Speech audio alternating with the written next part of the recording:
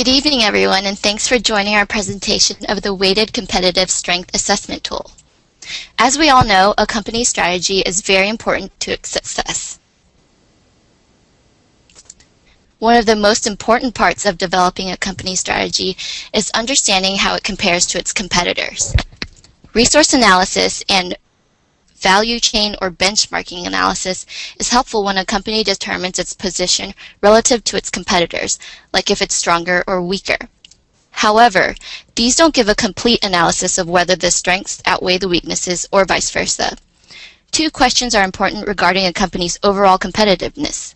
First, focusing on the factors that determine market success, how does a company rank versus its competitors? Second, considering the rankings, does a company have a net advantage or disadvantage compared to its competitors? It might be simple for management to consider these factors qualitatively, but it might not be enough to determine where their company ranks comparatively. So it's very important to develop a quantitative analysis that scores each of the competitive factors. A simple but useful quantitative analysis is the weighted strength assessment. It is important to note that the weighted strength assessment naturally follows other analysis, such as the 5-force analysis, benchmarking, resource and capability analysis, value chain analysis, and the SWOT analysis. Together, these preceding analyses provide the necessary information for the weighted strength assessment, such as internal and external conditions for the company, the different factors that determine success in the industry, and more detailed information about competitors. Once the preliminary analysis has been completed, developing the weighted strength assessment involves several more than 6 to 10 factors. Otherwise, the weighting for each becomes very small, and the overall impact for each factor in the assessment is minimized. Second, assign weights to each measure of competitive strength based on their perceived importance. The assigned weight should represent a fraction or a percentage so that their total weight is equal to 1. The third step is to assign a rating to the firm and its rivals on each competitive strength measure. Preferably, a numerical scale should be used, such as 1 to 10. However, if sufficient information is not available to assign a numerical weight, another system, such as plus or minuses, may be used in this step. The next step is to take each strength rating from step 3 and multiply it by its importance weight from step 2, which will calculate the weighted strength scores. For example, a strength weight of 3 multiplied by its important weight of 0.5 would equal a weighted strength of 1.5. We'll show a specific example in a moment that will be helpful in understanding this step. After performing step 4 for each factor, step 5 is to sum the weighted scores on each measure to get an overall weighted competitive strength. Finally, the last step is to use the overall strength ratings to draw conclusions about the size and extent of the company's net competitive advantage or disadvantage, which ultimately assists in providing the company's best strategy. One of the simplest ways to perform these steps is in a tabular format. Here you can see an example of a blank weighted strength assessment table.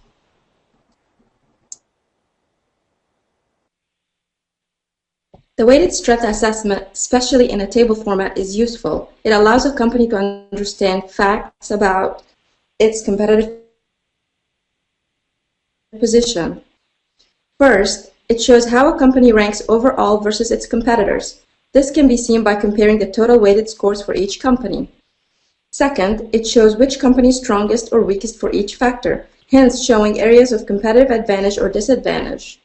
Third, it identifies which areas of weaknesses the company can focus on, hence boosting its competitive position. It also identifies areas of the company's strength which can help the company manager prepare for any defensive strategies against potential competitors. And finally, it shows relative strength of competitive advantage or disadvantage given the distance between the various scores. While all information is useful, the highest utility of this tool is providing strategic direction. For example, if a company is weak on a particular factor, it is helpful to understand who the next weaker competitor is. This will provide an offensive strategic direction to increase the company's strength in that factor. Likewise, for factors which the company is strong, the next strongest competitor represents the greatest threat, hence should be the focus of any defensive strategy.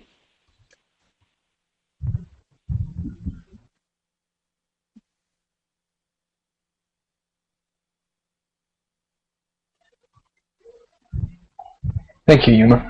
Of course, all of this is theoretical until applied to an actual company. So we have developed a weighted strength assessment for Whole Foods to demonstrate how this works.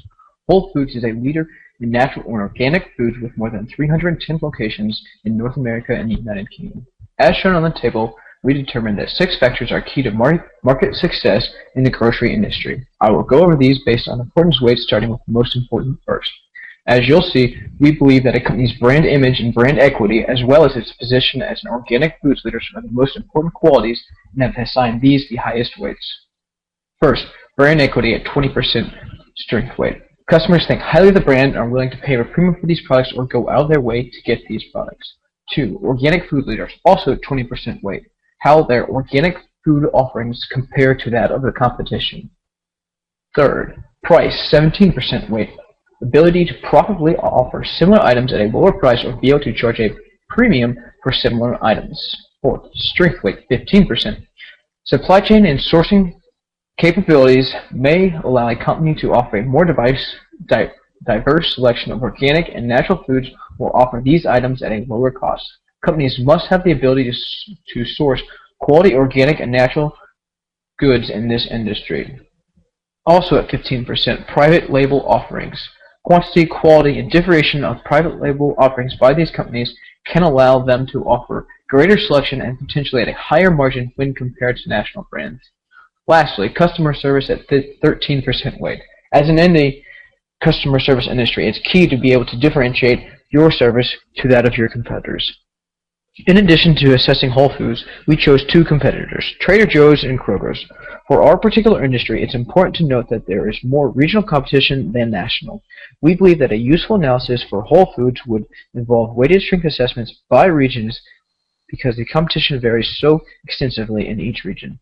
Given the somewhat unique nature of Trader Joe's and the broad regional reach of Kroger's, we believe these companies represent the best analogies for the types of competitors faced by Whole Foods in each region. Different companies should be used for a more precise assessment by region. Thank you, John. So folks, continuing with what John just said about our chosen factors, here is how we rated each company's strength and calculated the weighted scores. From a strengths perspective, as you can see here, quality brand equity, organic foods leadership, and price appear to be Whole Foods' 3 major strengths. Based on the strength rating of 10, 9, and 10 that we assigned, the corresponding weights calculated were 2, 1.8, and 1.7 respectively, the ones that you see here highlighted in green. Whole Foods leads the other 2 competitors in these 3 components. From a weakness perspective, as you can see, supply chain, private label offering, and customer service capabilities appear to be Whole Foods' weak areas. This is apparent from the weighted score of 1.05, 0.75, and 1.04, which is lower than both Trader Joe's and Kroger's. The strongest factor for Whole Foods is quality brand equity with a weighted score of 2 compared to Trader Joe's weighted score of 1.4. The weakest factor is private label offering with a weighted score of 0.75 compared to the next lowest score of 1.05 for Kroger's for this particular component.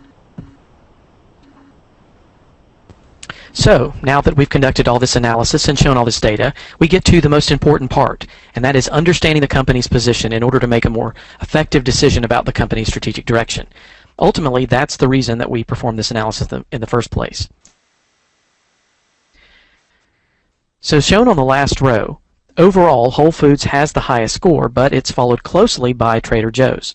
While that's certainly good that Whole Foods is the market leader based on this assessment, a more detailed analysis is needed to understand how this should impact Whole Foods' strategy and what its strategy should be. Before deciding on any change in strategy, though, it's important to step back and understand that this analysis is only one of the tools that is available to help a company develop its strategy. Since the importance weights and ratings are assigned in a rather subjective manner, if the overall results are inconsistent with the results of other tools, management may think about reevaluating the weights and ratings before making any drastic changes in strategic direction. So the first step in developing strategy with this tool is assessing the outcome to see if it makes sense. Next, we start with the factors where Whole Foods is strongest, including the quality brand equity and organic foods leader. Since those have the most importance to Whole Foods, it's good that they're strongest in those areas. Given their importance as well as Whole Foods' leadership position for those factors, the company should deploy a defensive strategy because those are factors of strength. In particular, and as we see here, in particular, it should monitor Trader Joe's for any encroachment in these areas and be prepared to respond to protect its position if needed. Next, looking at the areas where Trader Joe's was weakest, it should pursue offensive strategies for those factors. And as shown here, it's going to have more effective strategies if it outlines offensive strategies that would target Kroger, since Kroger is its next leading competitor. And then finally, it should consider those strategies that are middle-of-the-road factors. And as shown here, things like supply chain strength. It's not its strongest, it's not its weakest, and if there is an area in which Whole Foods can make improvements to achieve a competitive advantage, it should consider doing so. And then finally, the company should monitor competitive responses. Once it begins to make strategic changes based on this analysis, then its competitors will also do the same. And it should go back and regularly update this assessment as well as other tools and analysis in order to respond more effectively to its competition. And at this point, we would pause for questions, but given that we are recording this asynchronously, we'll just ask that if you do have any questions, feel free to email any of us, and we'll be happy to respond at that time. Thanks.